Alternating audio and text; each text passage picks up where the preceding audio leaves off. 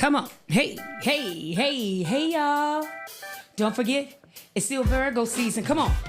Where my Virgos at? Hey, right here. Where my Virgos at? Hey, right here. Where my Virgos at?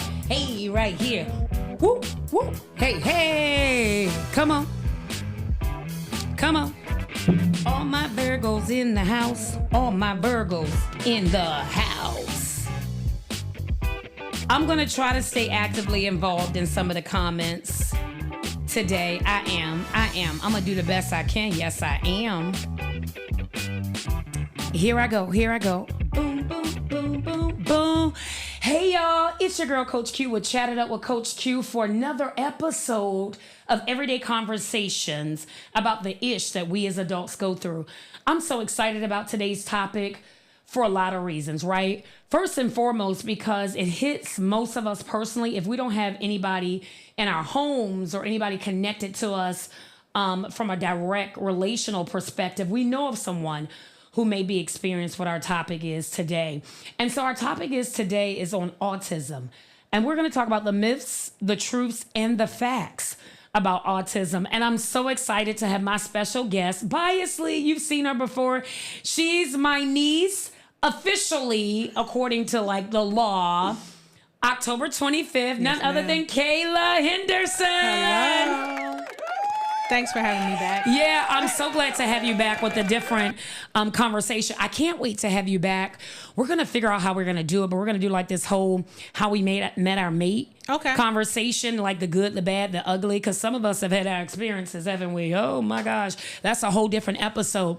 But before we get started, I really want to talk about some of our sponsors of Chat It Up with Coach Q. And first and foremost is going to be Breathe Easy Foundation. You already know. What is, come on, I'm sorry, Stacey, I'm talking so fast. Breathe Easy Foundation was established on July 11th of 2018, right in a hotel in Charlottesville, Virginia. Why? Because my late husband, Derek Fletcher, a.k.a. Cage, I love you, babe, always and forever.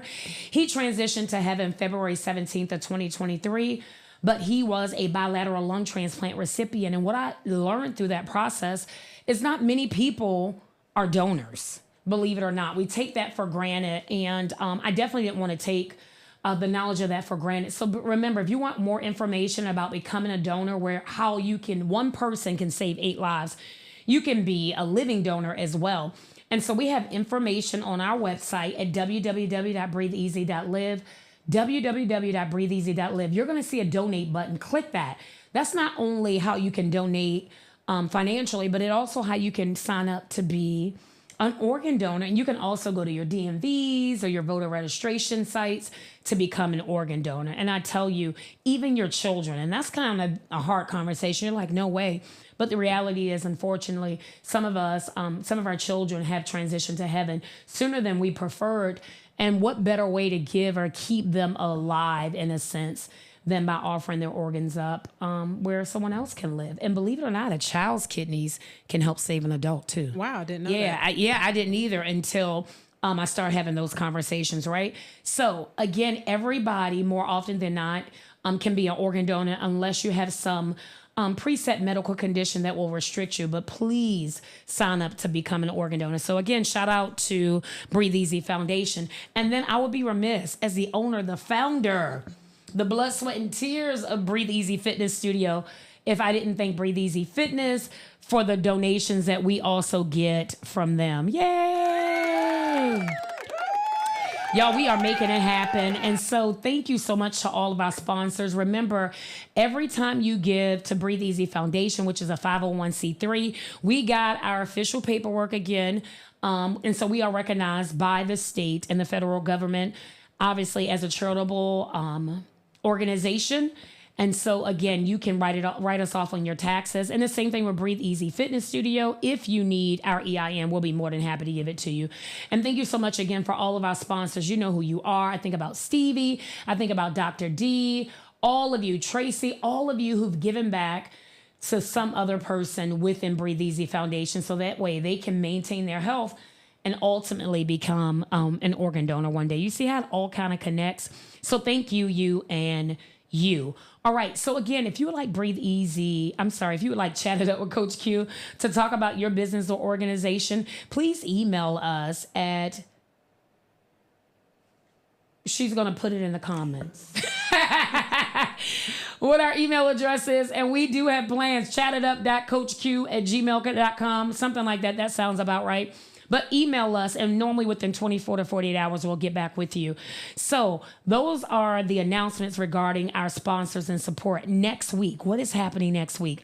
Next week, I will be live at none other than, I think it's the 12th annual Glamification Fashion Show. Wow. And y'all already saw me this weekend because it was my birthday Thursday.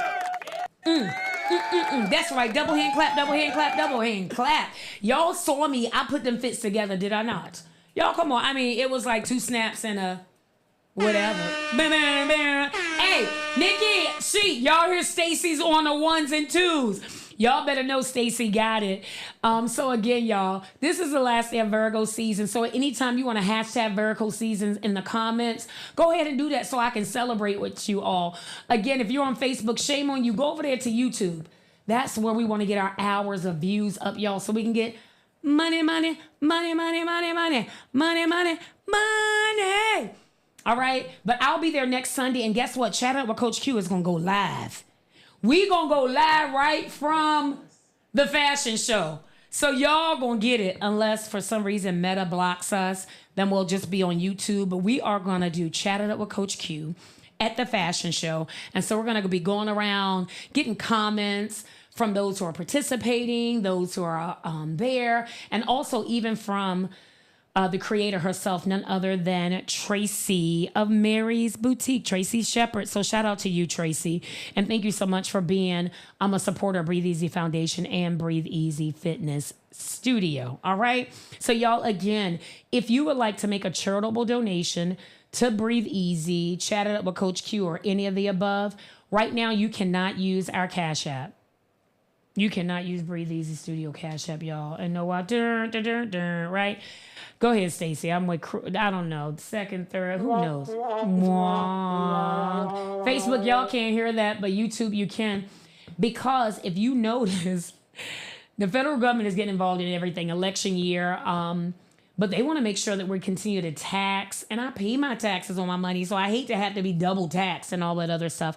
But there's some things I have to do. So they restricted my business Cash App account. And so you can, again, make a charitable donation through our PayPal accounts or any of those things. Or you can feel free to Zelle 757-240-1035. And because we're all family and you my cousins, make sure you put friends and family in the comments. And if you are with any tax organization, I was just playing. Okay. All right, y'all. Thank you. So, Kayla, are you ready to get started? I am. I know I am ready to get started as well. So our topic today is autism. Yes, ma'am. And it can be a very sensitive topic, to say the least. And let me say for a couple of reasons. And so we want to talk about like the myths, the truths, and the facts. And some people say, what's the difference between a truth and a fact? Certain things can be a fact, but it may not be your truth. And sometimes that's because we don't receive it. But more often when I say the myths is because a lot of times we will try to associate people or with autism, and that may not even be the case. Yes. There could be some other type of learning disorder and things of that nature. So please feel free to make sure that, you stop me or you say, nope, auntie, that ain't it. That ain't it. But let me give a little bit of deets about you. Again, you're Kayla Henderson, a.k.a. Kay. Yes. Yay. All right. You received your BS in sociology from Virginia Commonwealth University in 2022. Yes, ma'am. VCU. What is y'all? Rams. Go Rams. Go Rams. VCU was my first choice. I was going to go there for field hockey. And then there was another story. Sonny, I played field hockey for 4 years. Ferguson High School class of 91. Right link. Okay. They tried to make me a goalie, y'all, because I was thickums. But baby, I showed them that Coach Q could still move back then, y'all. And I was a right link and played. That's why I'm missing some of these teeth, because those hockey pucks. But anyway, you didn't know that, did you? Okay. So one thing that I'm most excited about is you are engaged to my nephew, Talik. Yes, ma'am. Yay! She is engaged to be married. Is it October 25th? Yes, almost a month. Oh my gosh, how do you feel? I'm super excited. You know, because you're getting that family officially. I know this. If your mom is watching, I know the Hendersons, y'all rule. But you're going to be a green, huh? I will be a green. You yes, agree? ma'am. Is your name going to be hyphenated? No, ma'am. Your hubby wasn't having that. He wasn't you having got a good one, girl. Yes. You got a good one. And I'm excited because y'all like right across the street from me. Yes. I walked right over here today. Walk right over here today. Isn't that all right? So awesome. So congratulations to you. I think we have a date coming up on October 5th. Yes, that's my bridal shower. Your bridal shower? Tea party. Oh, it's going to be so pinkies up. Yes. So not like strippers or nothing like that is going on. No strippers. No, ma'am. No strippers. We're going to have tea. Yeah. Wonk, wonk, wonk. No, y'all. Let me tell y'all a fun fact, Kayla. I've never seen a stripper. Like, don't do me. Don't do me, okay? Don't do me. But when I turned 50, I was like, I'm gonna go see a stripper. And I don't know what happened. And then I thought about them like shaking themselves. I was like, ooh, it's not appealing to I'm me. not knocking the strippers. Hey, if that's your job and that's how you pay your money, get your money, honey.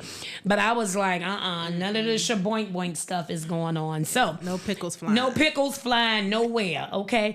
So again, congratulations. Yeah, I can't wait until that big day. We're very excited about it.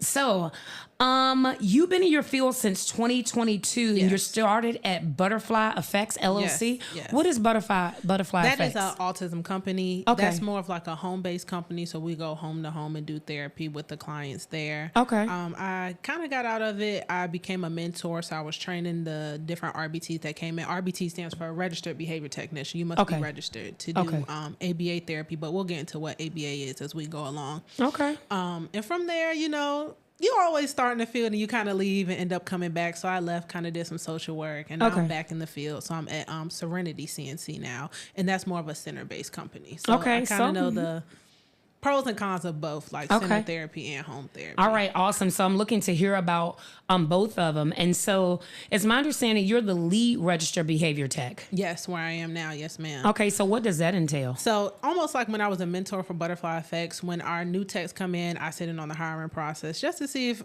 I think you would be a good fit. Okay, so awesome. You're vetting people. Yes. Yeah. ABA therapy is not for the week. I'll say, like, I have this brace on right now because one of my kids sprained my thumb. So it gets a little intense. So I'm in on the hiring process. Once they get in, I help do the training because you do have to do a 40-hour course, and then you have to study to take your test. Okay. Just for insurances like TRICARE, they want to make sure that you are an actual professional in the field. Okay. So I train our techs, make sure that they're ready for their test, and I provide day-to-day support in the center. So if a child is having a behavior and they need interventions, or they're running a goal and need help, I step in. Okay, awesome. You know, I hear you talk about that, and I have been applying for different roles, and one of the places like Eastern State, and I have some actually team members that participate in my boot camps who really talk about sometimes the interactions that may occur with even their patients or their clientele. So the field that you're getting into goes more than this, your knowledge academically, but you really have to have a mindset to be able to engage because of the type of work that you do, right? Okay, so let's go ahead and jump in because I know that there's a lot of facts, and let's just go ahead and note, and we'll say it a lot through our programming. Neither of us, I'm not a licensed counselor in the sense that I can medically diagnose psychologically, socially, or anything like that. Why I do have a master's degree in executive leadership coaching and counseling, and y'all see all my other little stuff up on the wall, and working on a PhD. I'm not a clinically doctor where I can actually diagnose or do anything. What about you, Kayla? Are you able to diagnose? So if I say like, if you would give me a list of behaviors and you're like, do you think this person have autism? I cannot tell you. You cannot do it. You would have to go see a doctor and get your child actually tested. So what about these, these tests? Because they got like these self-help identification tests that says you can like do it like it's in 2.5 minutes online. I would strongly advise you not to go online and take any survey, any test that you may see. If you are seeing behaviors and you feel like your child does have autism, please go see their doctor, set up the necessary test, because from a doctor, you'll actually go to a specialist that'll test them as well. Okay. So even though doctors, they are medical doctors, they're still not in the field to actually diagnose. Yes. Specifically what autism is. They send you to a specialist. Yes, because, and I know that was one of your questions. Yes. Autism is a spectrum. So there are different levels to autism. So even though they may feel like your child has autism, they can't tell you what level that your child may be on. You have to go to a specialist, and they'll run different social tests, developmental tests, and they'll be able to tell you once they get done if they feel like your child even has autism. It may just be a developmental delay that has nothing to do with autism. Yes, let's stay there a little bit. Okay. Because, again, some parents are afraid to even go in there. Why is... Yes. I don't want to get too ahead of myself, but sometimes it creates embarrassment because we think, not my child. But we're doing the child actually a disservice by not getting them evaluated to understand, like, really, is it a delay, a developmental delay, or is it autism? And so how do you advise parents who have some apprehensions or have associated embarrassment and things like that with the condition of autism or even a social delay? I would always say, regardless of how you feel, like you said, think about your child, because early intervention is the best. Whether they have autism or a developmental delay, the earlier that they're able to get services, you'll see a greater reward or a change in their behavior. At my center, we stopped taking kids, I want to say, after the age of 13, because by then they're older and they've developed more. You know, when you teach a kid another language, they say it's best that they learn it around 3 because their brain picks it up quicker. They do. So at about 13, we stopped servicing because our interventions, and we're not equipped where I am at the moment to even handle that. So I would just say early intervention is the best, regardless of how you feel. Regardless Put of your how you feelings feel. to the side. Think about your child and how they would be greater in the future. Okay. Like what would be the best for them. I like that. Is it something that we do as parents or during our pregnancy that causes autism? So first of all, let's go back. What is autism? Autism is a developmental disorder that impairs the way children can interact or the way that they learn. Okay. All right. And so their interaction can be socially or through their, of course, through their communication. And, I hear you talk about spectrum, and I've been guilty, so please excuse and forgive me now. I ask for forgiveness. But when people be like, "Oh no, the way she acting, she on the spectrum," it has so become a joke. That's become a running joke. But in all sincerity, what is an array of the spectrum? I know it's widespread, but what are some of when we say spectrum, what are we really relating? When you're saying spectrum, there are various, you have a spectrum of colors, different things like that. So a spectrum is just like a broad area of something. Okay. So with autism, there is a spectrum, but there's actually levels 1, 2, and 3. Okay. The lowest level would be you really just have mainly social interaction. These are kids that you would see on the street and you wouldn't think that they had autism until you begin to talk to them and interact with them. That's more so level 1. You may have some issues communicating, but nothing too intrusive, I would say. And once you get to level 2, you see more of those social issues, more so with the communication. You may ask a child a question and they may not necessarily be able to answer it. They may repeat your question. Like I have a client, you'll ask her like if she had a good day, and she'll say, "Did I have a good day?" "Yes." So she would be, a little further on the spectrum because she's repeating that question before she can answer it. Okay. And then you get to level 3, and those are more so your kids that you'll see with like communication devices. Like they really have issues communicating and things like that. And you really won't see them interact with other people. Okay. Is there an escalation process where somebody starts at 1 and goes to 3, or normally wherever they kind of land is probably their home base? Wherever you land is kind of where you are. Mm-hmm. Yeah, okay. I wouldn't say that there's an escalation. We have seen behaviors improve through therapy, but I won't say that you'll go from a level 3 to a level 1. Okay, all right. So let me ask this because I actually did a Cheer 1 class with parents whose children had autism, and in that room there was an array of different people and styles. Some that may have just paused and stare at me, and some that probably got close. But it was one young lady, because I'm very jovial. Yes. And I was like, "Hey, girl." She said, "Hey, girl." And I said, "What's going on?" She's like, "What's going on?" And so I really thought we were engaging until I said, "So how you feeling?" She said, "So how you feeling?" That's when I was like, yeah. Oh, and I didn't even know that she was one of the individuals with autism, because I think she was probably late teens. And so I forget what it's called, and that's not the reason I brought it up, but I only brought it up to say, absent that interaction, looking at her, I wouldn't have thought that she had autism, but she was. And then her mom also explains there are certain interactions or certain things that could trigger her to kind of step outside of a zone, not autism zone, but in a space where she could become more socially I don't want to say, I don't know if awkward is an appropriate No, word. So you can please, use yeah, that. more socially awkward. And her mom has to say, okay, like rub your hand Yeah. or something like that. Is there a way that you calm or? So we do different techniques based on the child and based on the behavior that you Gotcha. see. So there are 4 functions of behavior. Okay, And let's talk about that. The acronym we use for it is SEAT. So you have sensory, escape, attention, and tangible. Okay. So based on the function of the behavior, it's kind of how you would fix the behavior, if that makes sense. Okay. So if she's telling her to rub her hands together, it's probably more of a sensory thing. Something about her rubbing her hands together calms her down. Okay. So that would be more of like a sensory behavior. Attention, and these aren't just things that kids on the spectrum do. Regular people do these behaviors. Yeah, because too. I've rubbed my Yes. hands too to keep calm because you about to get it. If you shaking your leg because you're nervous, that's sensory. All that. Okay. Chewing gum just to help you concentrate, sensory.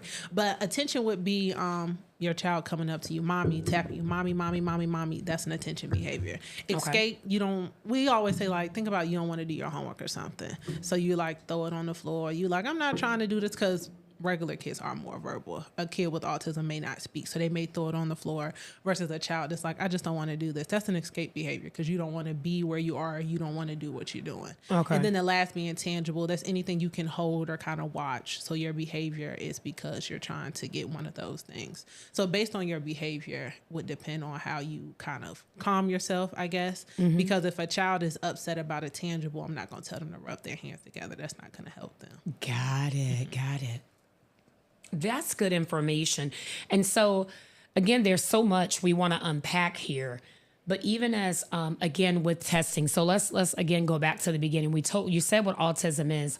What is the earliest age, according to like the CDC or whomever, who says that you can begin testing children? Okay. The youngest age I was aware of up until like last week was 3, but now I know that they are diagnosing kids as early as 2.5. Okay.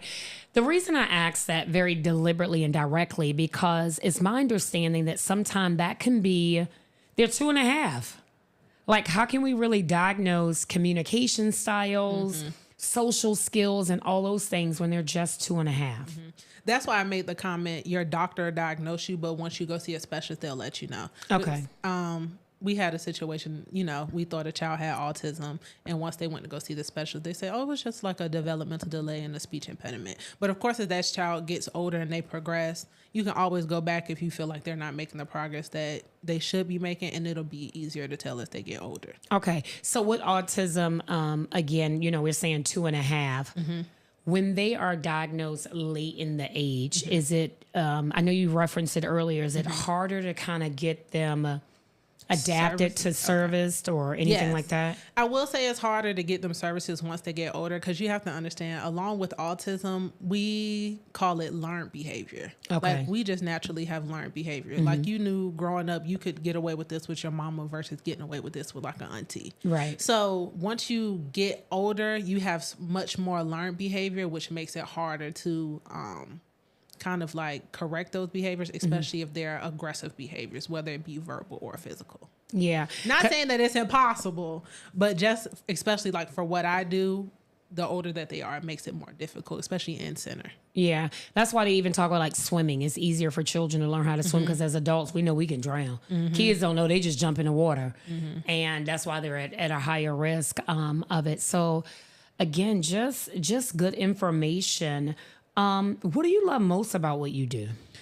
I love the progress that you're able to see kids make. Like I say, this is not something quick that you'll see the progress, but over time we've had kids who came in and they weren't speaking at all. Now they talk, they're verbal. Yay. And they may not be verbal like the way you and me are sitting here talking, but they're using words now and they weren't using words before. Okay. We have kids who couldn't regulate their emotions, but through the interventions that we were able to give them, they're able to isolate and regulate their emotions without flipping a chair. Right. So that's the most rewarding part because people, I feel like, are so quick, especially doctors, be like, put your kid on medication, put your kid on medication.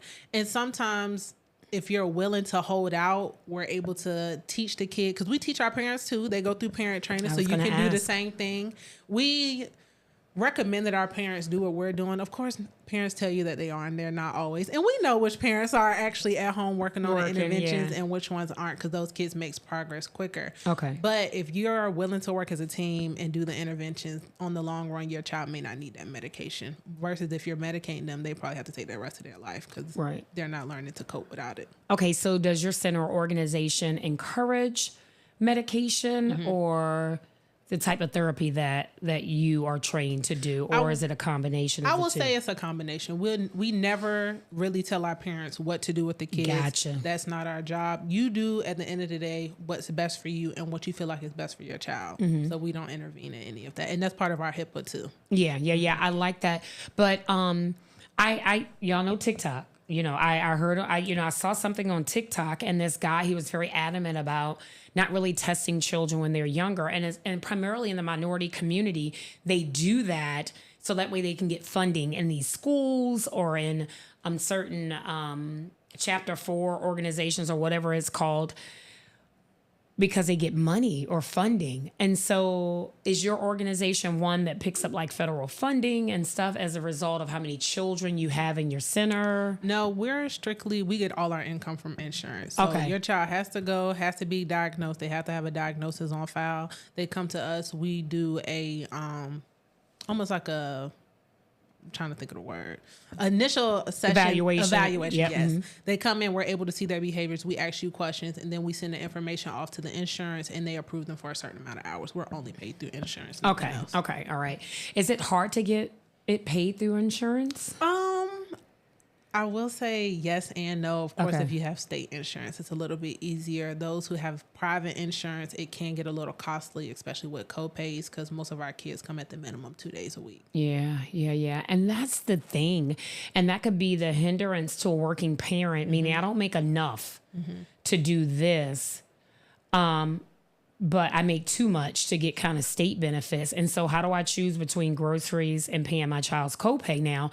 Because these aren't like my child's sick copays, $30. They're like sometimes $60 a whop. And if you're going twice a week, you know, again, that can be costly. And so are there like social financial benefits that you can give, or financial support that you can give some of those parents who do struggle to make co-payments? Is there like a social worker or some other type of resources that your organization may? Unfortunately, where I am and where I was before, those resources weren't available. But I won't say that they're not out there. Okay, so they could be out there. So if you're watching, and if you're a professional yourself, or you may have a child, or you may have information, please put it in the notes. We do have our moderators on where they can kind of vet through the information. Again, anything that is put in our comments or notes by any of our guests is not necessarily validated by Chat It Up with Coach Q. But again, y'all are a wealth of resources. Y'all told me how to get rid of these fruit flies. Let me tell y'all, I need honey. to know how to get rid of them. You got them? Yes. Oh my God. We had them from the moment we moved in. I've bought like little sticky traps and everything like to put in the house to catch them. So, commercial. And so if this organization, one just flew off. If this organization is seeing me, Chat It Up with Coach Q. One may have flew out. Here's a cherry, I guess. These work. You can see them all in there. Now, you'll see them sit on top. Let them just sit. Let them go ahead, and in a few days, they'll drop in because they get stuck. So I got the cherries, but what I also did was get this aluminum sticky thing, right? And so as they fly into that cherry, they're going to get stuck. Y'all remember them fly traps Grandma used to hang from the ceiling while she cooking that grease, cooking that fish and that cornbread and your eggs, and the flies just bzzz. Yeah, those things is not hanging from the ceiling, but I got those two things. And then I also put some stuff down my drain. So when we get off this, I have two I can give to you that you can begin to use, and it'll do. So I think we have some questions. We have questions, Stacey? Yes, there is one question. Miss Connie. Thank you, Miss Connie, for watching. She says, Thank you. As a part of therapy, especially with newly diagnosed kids, is the parent included, or is there any counseling, I guess, for the parent to help them deal with getting that diagnosis? Oh, that is awesome. So unfortunately, like emotional therapy, I guess that would be kind of what it is. We don't offer that where we are or where I was before. We just more so do parent training just to more so let the parents know about what we're doing. when I did in-home, the parents were allowed to be a part of it. They were encouraged to sit in sessions to see how things were actually physically being run. But now in the center, due to HIPAA, we have other kids there. They're not allowed in the back, so they're not necessarily able to see what we're doing. But we still have parent meetings and let them know like the goals that are being ran and how their kids are making progress on them. Okay. All right. So thank you again for the questions. Please continue to put the questions out there. Now, if we can, I'll say not really a commercial, but one I want to dive into. We kind of referenced it earlier. You're wearing a hand brace. Yes. And you said that happened. So talk about that to the extent that you can. Okay. So we see various levels of aggressive behaviors. Okay. And so this kid in particular, as with anything, certain people mesh, certain people don't mesh well. Right. And I always say, personalities just don't click. So whenever I have him, something typically happens. Right. And this time he just kind of grabbed when I saw him, I was trying to grab his book bag and he grabbed one of my fingers with one hand, one with the other hand. It was just kind of like twisting them. And I'm like trying to shake my hand out. We do go through TOVA training to teach us how to regulate stuff like this. But in the moment, TOVA training goes out the window. You're just like, let go of my hand. Yeah. But, so ain't no elbowing y'all. That's why she interviewed. No. So some of y'all can't do this job because our reaction, and we don't want to be, y'all already know. We ain't trying to go to jail. It was like, I was just trying to save my finger. And you see this right here? Mm-hmm. This lady, she did this. And I'm not going to name her because she knows who she is. So I understand how sometimes our jobs can cause us to get injuries. And if she's watching the replay, I love you. I love you so much. But no, seriously, in all seriousness. So when things like that happen, what is your recourse? You can't the parents can't be sued. Like that, you had to sign something. Like you have to know that's during part of the the job. During the interview process, we let you know in this job you could be kicked, hit, bit, punched, and are you okay with that? You have to be okay with that before we hire you. God. Yes, you have to. So is your turnover rate high then because of it? No, I will say the turnover rate for RBTs is high, but I won't say it's because of the behaviors that you have to interact with. It goes back to insurance. Okay. So of course, like if a client cancels, you're not able to get paid. So a lot of people, that's like their biggest issue with it. The money isn't always consistent. Oh, okay. So y'all are like independent, meaning... So the organization doesn't pay you is based on your number of kids and the insurance? It's a little different. So where I came from, Butterfly Effects, it was strictly based on the clients you had and the amount of sessions you had. If you canceled, you did not get paid. Where I am now with it being a center, we do clock in and clock out. But if your client cancels, sometimes we have little work that you can come and help us do so you're still able to get paid. But for the most part, if your client cancels, we still don't have anything for you. Oh, okay. All right. So yeah, you got to, it's a thin line between your own rent and groceries and all that other stuff. And when you paying $500 for groceries and walking out with 8 bags, you gotta be able to do that. And so, then do y'all share with the parents when there's been that type of interaction? Anytime something happens, not just to us, sometimes interactions happen with other kids, and that could be in a regular daycare or school setting. But we have interactions. Some kids' personalities just don't mesh and they don't get along well. Right. But we kind of know who does get along and who doesn't. We always have to do an incident report.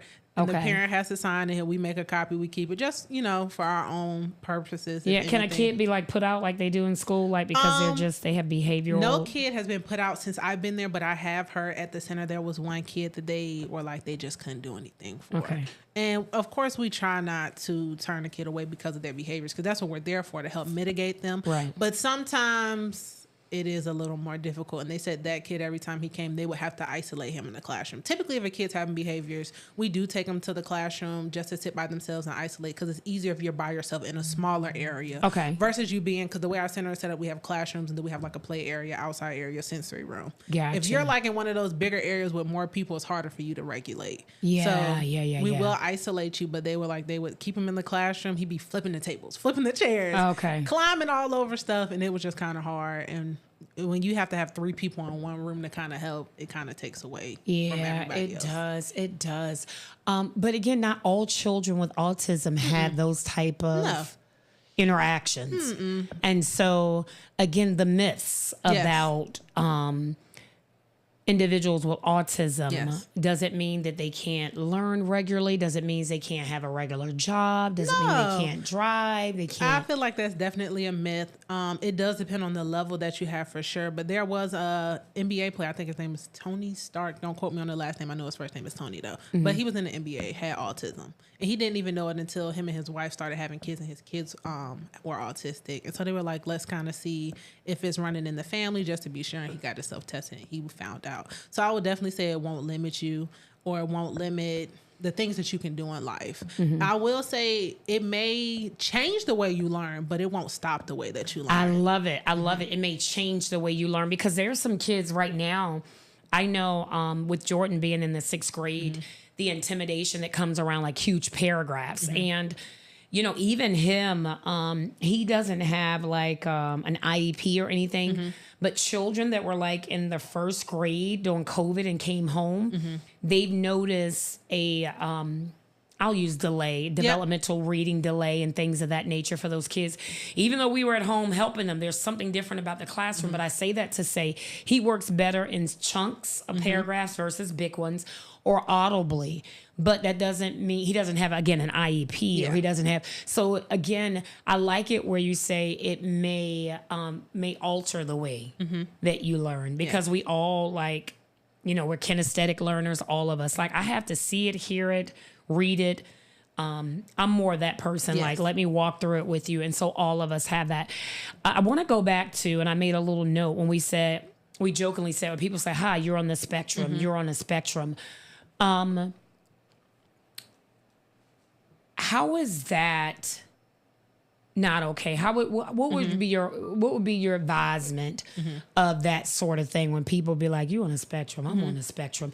When you, as a professional, when you hear that or you're around people with that, do you correct that comment? Are you super critical of things of that nature? I'm not super critical of it, only because when you learn the behaviors that take place in the autism world, all of us display these behaviors. So sometimes I will say, like, everybody got a little bit of autism in them. Just being honest, just learning the behaviors. Like, when you hear a song that you like and you play it over and over and over and over again, that's something that we would consider for you to be on the autism, like on the autism spectrum. My apologies, I said that wrong. Right. But it's just little things like that, because that's called hyperfixation. Like, you're hyperfixated on a song, you're continuing to listen to it. So it's just little different things. Oh my goodness. Like, so that, I stopped there because my friend Tanya, I hope you're feeling better, boo.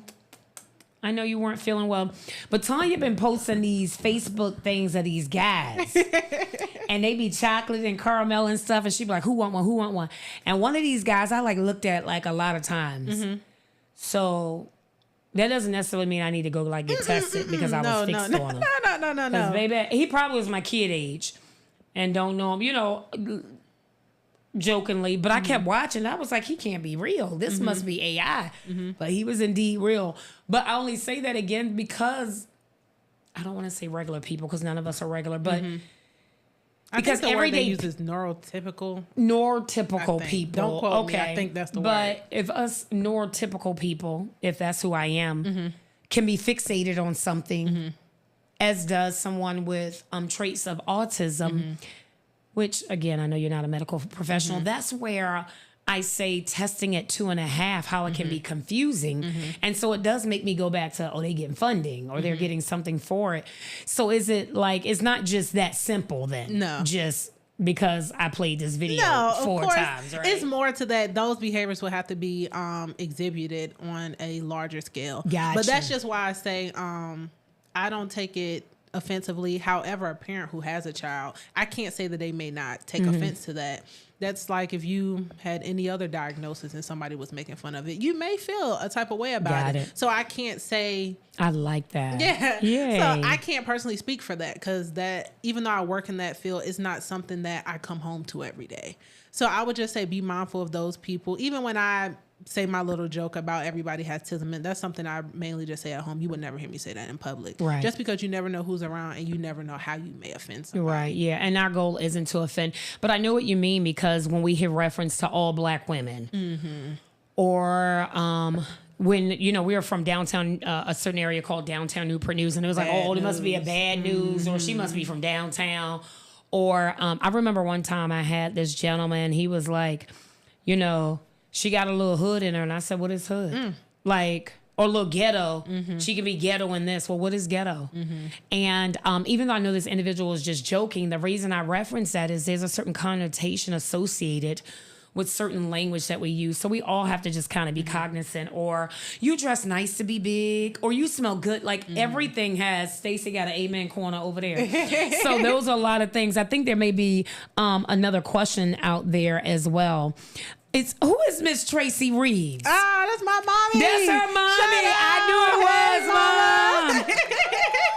Hey, mama. Hey, mama. Mama, did you see my ponytail this weekend? Did you see my outfit? I told her, that was the 70s outfit. Hey, mama. So Miss Tracy Reeves says, I'm so proud of you, baby. Make everyone aware. Oh, thank you, your Mom. baby about to become a green. You know that though, right? We love you, Miss Tracy. Thank you so much, because Kayla is doing this. The way you're putting this information out there, the posture that you're taking, that's why I had to have you back on, because I knew I could see your passion even when we talked about it a little bit. The last time you were on and you were sharing your product and your business with us. And so it was important. So the other thing I wanted to talk about, do you see certain skills? How do I phrase it? Okay. I have a good friend of mine whose son is artistic. She has him participating a lot. Like, he go to dances. He do everything. She always baseball, basketball. Sometimes we be like, he ain't doing nothing else. I feel like she be doing it to get out of walking. But when I tell you this kid can bowl, this kid can bowl. Like, the ball, choop, choop, choop. Like, it is amazing. So do you find where there's certain things they can't do because of the social awkwardness or because of some type of developmental delay, and then there's other skills where they just excel?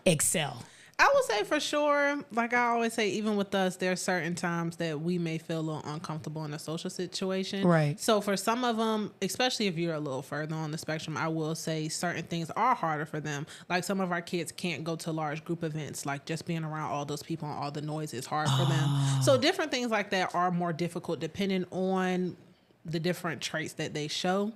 But of course, in anything, you can always excel in something. Everybody always has something that's a little bit different about them, something that sets them apart, something that they're able to do that they're great at. It just depends on the different kid.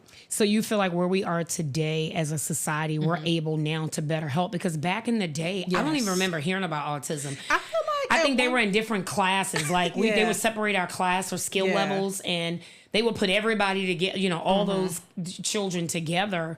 And associate them. So do you feel like as a society, we've moved forward, professionals, that we've moved forward in that space? I feel like for the longest, especially when I was younger and heard autism, I thought Down syndrome, honestly. Okay. But being honest, only about 18% of people with Down syndrome actually have autism. That's something completely different. But it's just, being in society and not necessarily being aware. But now I feel like with the awareness, we definitely know more. Like, a child with autism may have an IEP and be in a regular class. They don't necessarily just move them to the side. And I know my dad always says, my uncle, his brother, he passed away when he was younger. But he had autism. And my dad said for the longest, they assumed he had autism just by association. Like, they automatically stuck him in those classes. And as he got older, they were like, oh, no. Something a little different about you. We're going to move you back out. So I will say, as a society, we have moved in a right direction as far as autism and just accurately diagnosing our kids and accurately placing them in certain areas. I will say, I know some of our kids are... Oh, you have a question?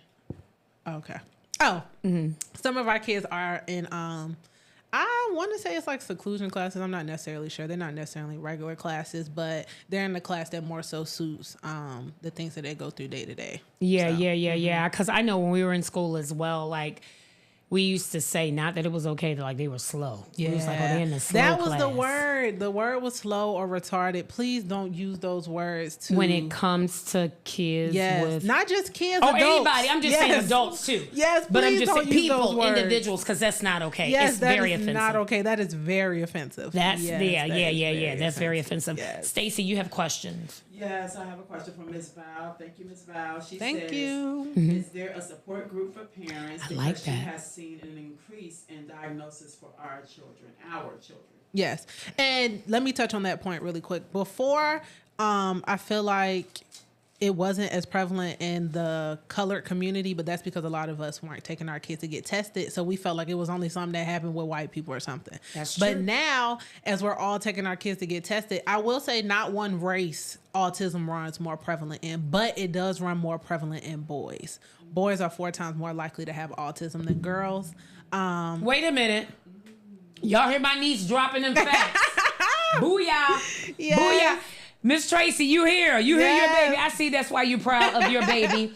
Boys are 4 times. Yes. I think about, I forgot what the breakdown is, but. But 4 times more than. 4 times more likely. Yeah. And I saw that children, I just looked at the facts. I thought it was like 1 in 26. Oh gosh, I done lost it already. But it is in YouTube. It's in our YouTube page that we was like 1 out of 26 kids or something, and 1 out of 45 adults, have autism. That's pretty significant. No, thinking about the number of people that are in the world. So people could really have gone undiagnosed. Undiagnosed for sure. And I don't want to ignore your question. So I will say there are support groups. You can always look on Facebook or different things like that in the community just to get help and find you a community and support of people who may more so understand what you're going through. I love it. Yeah. I love it. And one thing that I've noticed as well, that there's biases within communities as well. Like, because my child ain't like that child, and my child, but we've done it, even within the Black community. I'm light Black.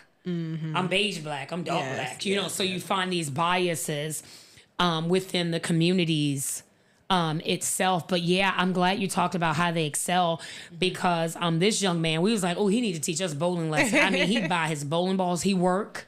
He's he has a job. His mom has taught him to drive. He's not driving alone. But I don't think that has anything to do with autism. I think his mom just a little nervous, and she's trying to spoil him because he's her baby. But just the same, we have to know. Now, I know a few years ago, even if I knew the gentleman's name, I wouldn't mention it, but he was a driver, and it was all across the news, I think in the Virginia Beach area, where he had kind of hit and run, and there was an accident. I don't know if anybody lost their life. I can't remember the premise of the accident, but they incarcerated this man. And his family really fought to get him out. Like, the reason he left or he fled wasn't because he was trying to do it. He was trying to hide. He knew he'd done something wrong. And so the way kids or people who are artistic, because he wasn't like a young kid, artistic, the way they handle sometimes they don't know trauma how to is cope different. with They don't know how to cope. situations. So that's where we talked about those social skills. Yes, that goes back to that. They don't always know how to cope with different situations, so they may run and hide. It could be something as simple as, oh, you can't play with that. Sometimes it's hard to just accept that denial or that rejection, whatever the situation is. So they'll always, kind of run, and typically they will try to find a place to go to themselves and kind of isolate. Some of them shut down. It just depends. But for sure. They'll be able to do that. Yeah. So wow. Yeah. So what does a day look like?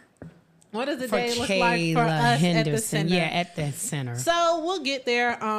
We have different clients that come at different times. Their therapy sessions can range from an hour and a half to 4 hours. It just depends on just depends on the hours that they are approved for and kind of how their school schedules work. Of course, for like our smaller kids who aren't in school, they're able to stay with us longer. But for our kids who are in school, a lot of them just come after school and they're not there as long. Okay. So depending on the child, we all only reference them by their initials if they're not in the building, just for HIPAA purposes, because you never know who may know who. Okay. So all their belongings are labeled. They have a binder that we keep like their session notes in. We do a daily report. The daily report just kind of lets the parents know, since they're not able to be back there with us, kind of what happened, what behaviors we saw, what targets we ran, how they interacted with others, how they scored on their targets, because some days you may score well, other days they may come in and not score so well. So parents like to know that information. And then our session note just kind of outlines, once again, the targets that we're running, how they score, and that's for the insurance, because the insurance wants to know if they're making progress or not. And that, kind of lets them know if they're going to give us more sessions for their child or not. Okay. When a session starts, we take the child's temperature. Kids back to school, anything could be going on. So we kind of take their temperature. Because safety first, so you can protect your staff and the other kids. Okay. And we ask the parents how their day is going. And that is very important, because if your child's having a bad day, I need to know, because they're not going to perform as well for me if they're already having a bad day. Right. That lets me know the amount of demands that I can place. And by demands, we mean targets, like because for their target, depending on the child, we may be teaching them letters. So it may be an array of 3 cards, maybe A, Z, and F, and I'm asking you to touch F. And we represent it in different ways, but I'm not going to place as many demands on you if you're already having a bad day. So our children, they're able to spend time wherever they want to, whether it be in our play area, outside, or in our sensory room. And we kind of just use a timer. Timers work well for our kids because they're able to hear the transitions, not just us telling them. And they're able to see the time countdown if they're able to read. And we use timers, and we transition back and forth between classroom, where do you want to play, classroom, where do you want to play, until it's time for them to go. Okay. Alrighty. I think we talked about it earlier. Like, is there a cause of autism? Or I know you talked about maybe the basketball player where he had it, or his children started having it, and then he noticed that, maybe he had it. Traits of it. Yeah, traits. Is there like, so if your mom has it, there's a possibility you have it? Is it something? Because again, the family, the friend that I'm thinking of, not that I know of, she nor her husband, I don't know if it runs down somewhere, but I think her son was like, and she had other children that didn't have the trait. So is it something that's hereditary or something that happens during pregnancy? Like, what is that? Do you know? So that I don't necessarily know the answer to. Okay. But I know, kind of like with the rise in cancer, sometimes it's just different things that we're consuming, different things that we're exposed to in our environment. So that could definitely be one of the reasons, but I'm not a professional and I couldn't tell you for sure what may lead to a child having autism or not. Okay. So you couldn't tell me how to prevent it. No. I mean, I'm just, because sometimes it's like, how do you prevent COVID? You wear a mask, you get your, but this isn't like, wear a mask, don't go outside, make sure that, you have it during this certain age group. Do you see it with children with autism where their parents are young and older? Because we used to always, another running joke, I'm just saying, or myth, like if your parents are older, because I know with me being right about 40 and Cage was 48, 47 with Jordan. And that's all they wanted to know. Did anybody in the family, how do y'all work? And I was like, and it was like, as parents get older, what happens is it increases the degree of possibility that something could be different with the child. So do you see like young people who have our children? Parents are all different ages. Okay. Even when I did in-home, our parents were different ages. I want to say like most of the time when we do therapy, our parents are probably like in their 30s or so, but their kids are different ages. So sometimes they're 5, sometimes they're 8. It depends. So I won't say for sure the age of the parents necessarily affects the child. Yeah. It's just, again, it's just the myths. That you hear that all the time. And when people say all of us had that slow cousin, or that slow, like let's just call it, I don't know if it was the movie This Christmas. I don't know if it's what is the one where the mom had like the 3 daughters? Y'all probably remember this movie, This Christmas. I don't know. She had the 3 daughters. No, it's really old. We would have all watched it. Like she had the daughters. She was a heavyset lady, and she had this grandson, and I think they had an uncle who lived upstairs in a room, and he had all the money. Soul food. Yeah, soul food, like that uncle, they used to always say, like he was special, or whatever. I always say, like, everybody got that one family member, but when you go to doctor, they'll ask you, is anybody in your family has this, or anybody in your family has that?